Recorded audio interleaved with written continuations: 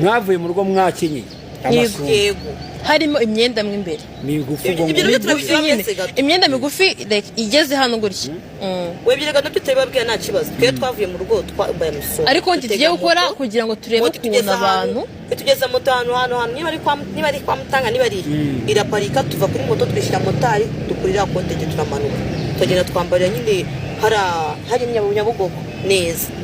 ariko mbere yuko tuva mu rugo abantu ikintu nabonye avuze ngo nta myenda ngo umukara nijya muterura ngo bigenda bite ariko imbere ya myenda ya masimemine harimo imyenda harimo kola uyu wari yambaye muri gisubirete nonodeje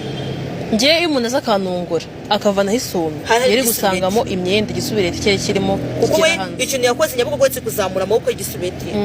nta kindi ariko imbere harimo imyenda ahubwo ngiyewe ningiye wari wambaye agakola n'imbere nambaye nk'umuryo muri siporo ubundi ngiyewe agakola n'akabisitiri muca Nyabugogo ibyo kuba mwambaye imyenda mo imbere nimwe mwari mubizi ntago mwumvaga ko abantu babitekereza mutesha agaciro umwana w'umukobwa kubona azenguruka Nyabugogo yambaye ese ubundi gutesha agaciro umuntu ni gute cyangwa gutesha agaciro umwana w'umukobwa ni gute tuma abantu bavuga ngo abakobwa biyandarika gute usubona gurana n'umukobwa ukavuga ati nebyo ndakwambara bakakubwira ati ko wibagiye kwambara uziko ngera imyenda nge namba birutwa nuko nakambere rasome ngewe ahubwo ikintu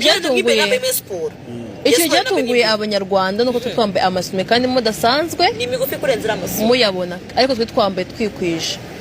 nasubinde rusabwa nje abonyera nibo barayibonye hari bero wabonye sinzi ukuntu biba bimeze nta gitsina cyagaragaye nta kibuno nta basi hari nita kuhabonye mana yanjye ndakugura akantu hari itako mwabonye uretse amaguru nagutya ku maboko